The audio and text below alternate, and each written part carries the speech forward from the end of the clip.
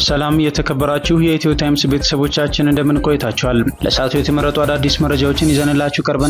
በቅድሚያም አርዕስተ ዜና።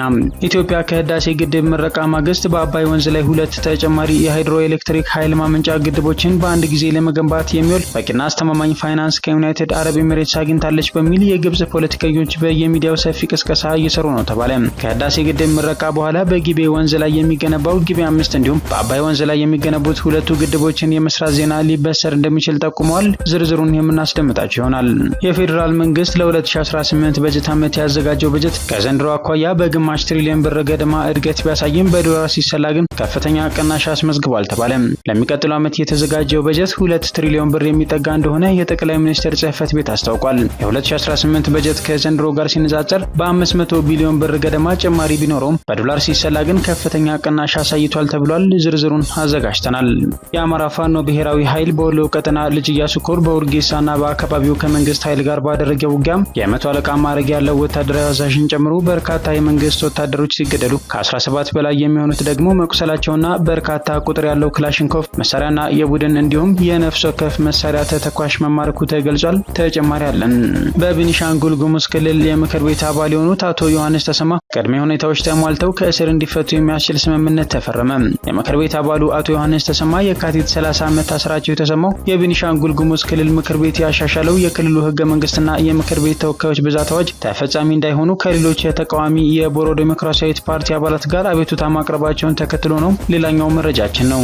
ቦይንግ የ346 ሰዎችን ህይወት ለቀጠፉት የኢትዮጵያና የኢንዶኔዥያ አየር መንገዶች 737 ማክስ አውሮፕላን አደጋዎች በወንጀል እንዳይከሰስ በሚል 1.1 ቢሊዮን ዶላር ለመክፈል ተስማማ። ከዚህም በተጨማሪ ቦይንግ 487.2 ሚሊዮን ዶላር የወንጀል ቅጣት ለመክፈል ተስማምቷል የተባለ ሲሆን ኩባንያው በሁለቱ አደጋዎች የወንጀል ክስ እንዳይመሰረትበት በሚል ነው 1.1 ቢሊዮን ዶላር ለመክፈል የተስማማው። ተጨማሪ አዘጋጅተናል።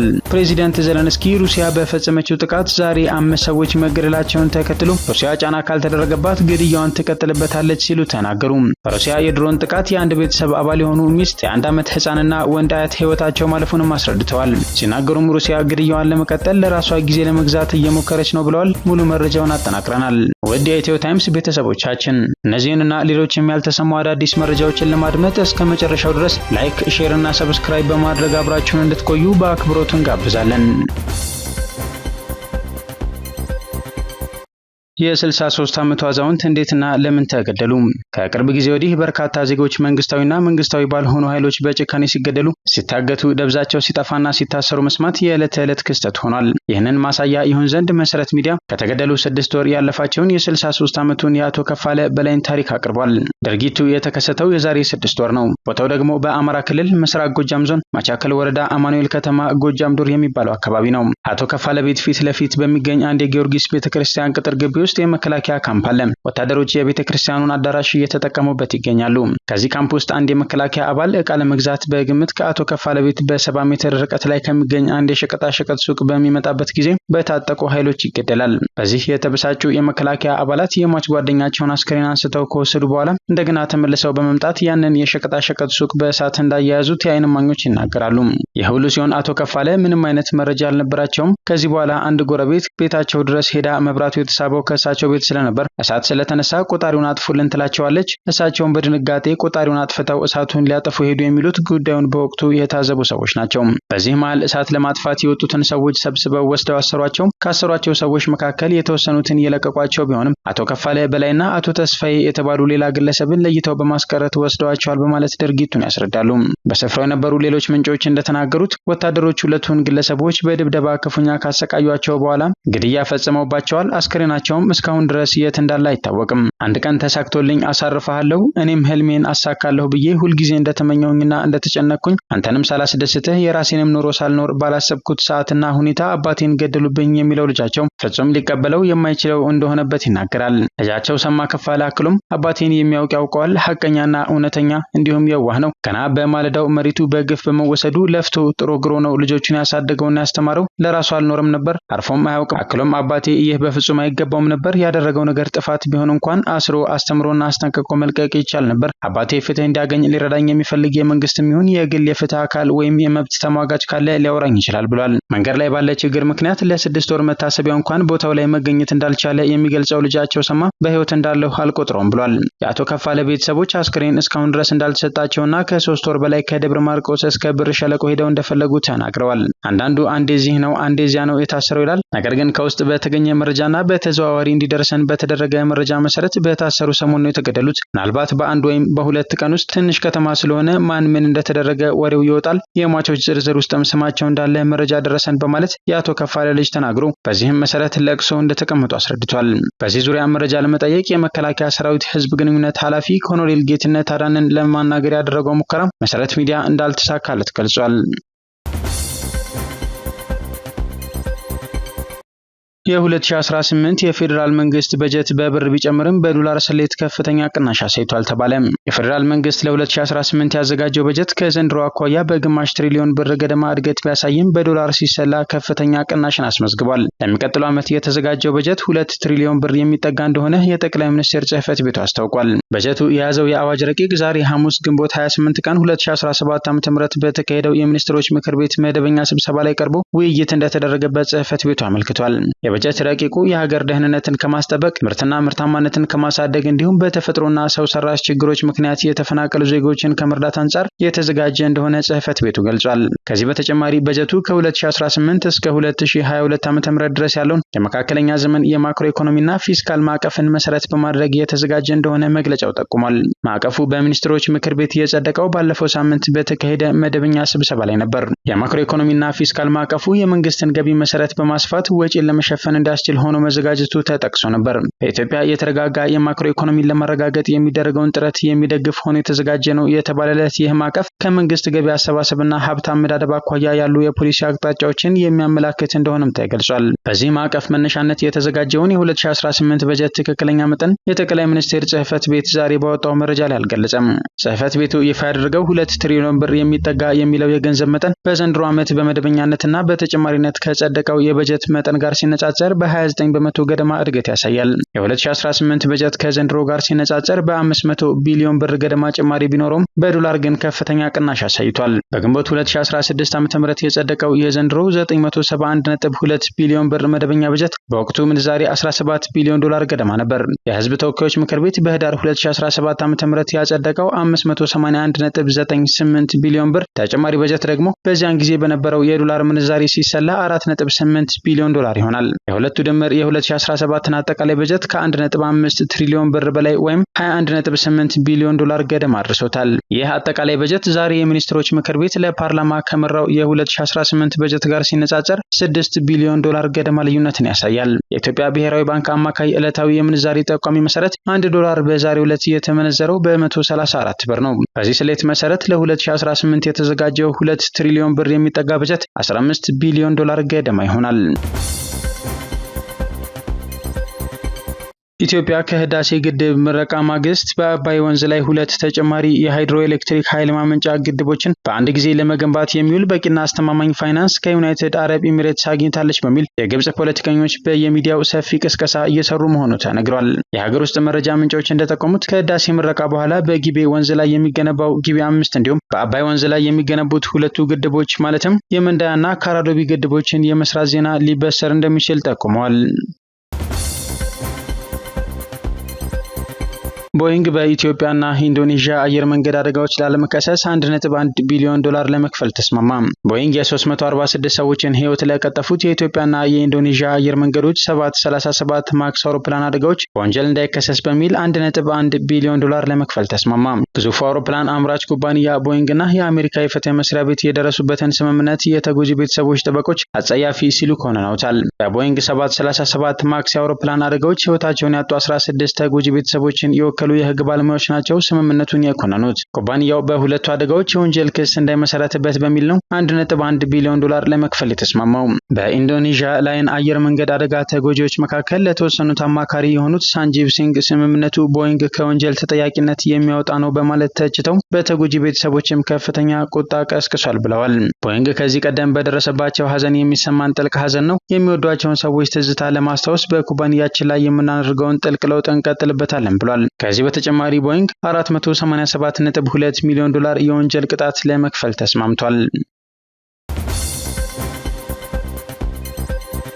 የቤኒሻንጉል ጉሙዝ ክልል ምክር ቤት አባል አቶ ዮሐንስ ተሰማ ቅድመ ሁኔታዎች ተሟልተው ከእስር እንዲፈቱ የሚያስችል ስምምነት ተፈረመ። የተሻሻለው የቤኒሻንጉል ጉሙዝ ክልል ህገ መንግስት ተፈጻሚ እንዳይሆን አቤቱታ ማሰማታቸውን ተከትሎም የካቲት 30 ለእስር የተዳረጉት በክልሉ ምክር ቤት የተቃዋሚው ቦሮ ዴሞክራሲያዊ ፓርቲ ቦዴፓ ተመራጭ የሆኑት አቶ ዮሐንስ ተሰማ ቅድመ ሁኔታዎች ተሟልተው ከእስር እንዲፈቱ የሚያስችል ስምምነት መፈረሙን የፓርቲው ዋና ጸሐፊ አቶ ቢቂላ አዲሱ ተናገሩ። ስምምነቱ በክልሉ መንግስትና በተቃዋሚው የቦሮ ዴሞክራሲያዊ ፓርቲ ቦዴፓ መካከል ረቡዕ ግንቦት 20 ቀን 2017 ዓ.ም እና ሐሙስ ግንቦት 21 ቀን 2017 ዓ.ም መፈረሙን ነው አቶ ቢቂላ የተናገሩት። በስምምነቱ ላይ ከፌዴራል የመጡ አደራዳሪዎች ማለትም ምርጫ ቦርድ፣ የብልጽግና ፓርቲ ዋና ጽህፈት ቤትና የፖለቲካ ፓርቲዎች የጋራ ምክር ቤት የሶስትዮሽ ጥምረት ፈጥረው ወደ ክልሉ መሄዳቸውን ጠቁመዋል። ከቦሮ ዴሞክራሲያዊ ፓርቲ በኩል ደግሞ የፓርቲው ሊቀመንበር፣ የፓርቲው ጽህፈት ቤት ኃላፊና የፓርቲው የምሁራን ዘርፍ ኃላፊ መገኘታቸውን ገልጸዋል። በውይይቱ ላይ የቤኒሻንጉል ጉሙዝ ክልላዊ መንግስት ከፍተኛ አመራሮች እንደተገኙ አመልክተዋል።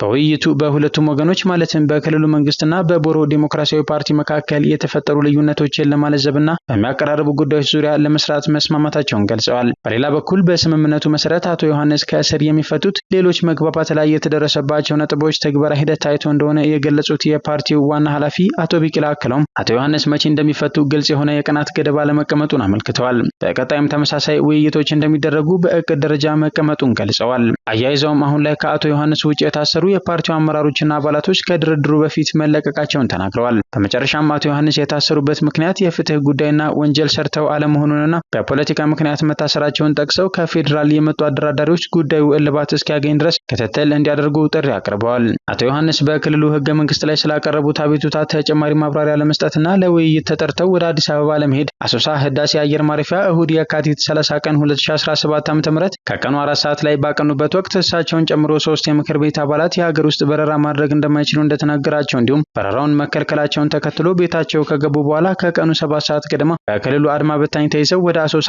ወረዳ 2 ፖሊስ ጣቢያ መወሰዳቸው ይታወሳል። የምክር ቤት አባሉ አቶ ዮሐንስ ተሰማ መታሰራቸው የተሰማው የቤኒሻንጉል ጉሙዝ ክልል ምክር ቤት ያሻሻለው የክልሉ ህገ መንግስትና የምክር ቤት ተወካዮች ብዛት አዋጅ ተፈጻሚ እንዳይሆኑ ከሌሎች የተቃዋሚው የቦሮ ዴሞክራሲያዊ ፓርቲ አባላት ጋር አቤቱታ ማቅረባቸውን ተከትሎ ነው። ከተቃዋሚ የቦሮ ዴሞክራሲያዊ ፓርቲ የተመረጡ 3 የክልሉ ምክር ቤት አባላት የክልሉ ምክር ቤት በአብላጫ ድምጽ ያጸደቃቸው 2 አዋጆች ያልነበሩ፣ ያልተደነገጉ እንዲባሉና ተፈጻሚ እንዳይሆኑ ለሀገሪቱ የህገ መንግስት ጉዳዮች አጣሪ ጉባኤ ዳኝነት ጠይቀዋል። በወቅቱ ስለ እስሩ ምንም ግልጽ የሆነ ነገር የለም ሲሉ የገለጹት አቶ ቢቂላ አክለውም ባለፈው እኛ አቤቱታውን ካቀረብን በኋላ የክልሉ መንግስት በተለያዩ ሚዲያዎች ላይ ይሄ ህገ መንግስትን መናድ ነው፣ ክልል ማፍረስና ሽብር ማወጅ ነው የሚል ዛቻና ማስፈራሪያ አዘል መግለጫ ሲሰጥ ነበር ብለዋል። በተጨማሪም አቶ ሙሉቀን አስፋውና አቶ ሽባባው ኃይሉ የተባሉ ተጨማሪ 2 የማዕከላዊ ኮሚቴ አባላቱም ሰኞ መጋቢት 1 ቀን 2017 ዓ.ም ሐሙስ መጋቢት 4 ቀን 2017 ዓ.ም ታስረዋል። ጉዳዩን አስመልክቶ የቤኒሻንጉል ጉሙዝ ክልል የመንግስት ኮሚኒኬሽን ጉዳዮች ቢሮ ሐሙስ የካቲት 27 ቀን 2017 ዓ.ም ባወጣው ወቅታዊ መግለጫ የህዝቦች አብሮነትና ህብረት የማይመቻቸው የውጭ ቅጥረኛና ተላላኪ ያላቸውን የቦሮ ዴሞክራሲያዊ ፓርቲ ቦዴፓ አመራሮች፣ አባሎችና ደጋፊዎች ክልሉን ዳግም ወደ ግጭት በማስገባት የተሰጣቸውን አጀንዳ ለማስፈጸም እንቅስቃሴ ማድረግ ጀምረዋል ሲል አስታውቋል። በማህበራዊም ሆነ በሌሎች የሚዲያ አማራጮች በሚደረግ የሙቀታ ዘመቻ የሚቀየር አንድም ውሳኔ የለም ያለው መግለጫው አያይዞም የክልሉ መንግስት ህግንና ስርዓትን ለማስከበር ሲባል ተገቢውን ህጋዊ እርምጃ ለመውሰድ ወደ ኋላ አይልም ሲል ማስጠንቀቁ ይታወሳል። የአማራ ፋኖ ብሔራዊ ኃይል በወሎ ቀጠና ልጅ ኢያሱ ኮር በኡርጌሳና በአካባቢው ባደረገው ተጋድሎ 100 አለቃ አዛዥን ጨምሮ በርካታ የመንግስት ወታደሮች ሲገደሉ ከ17 በላይ የሚሆኑት ደግሞ መቁሰላቸው ተሰማ።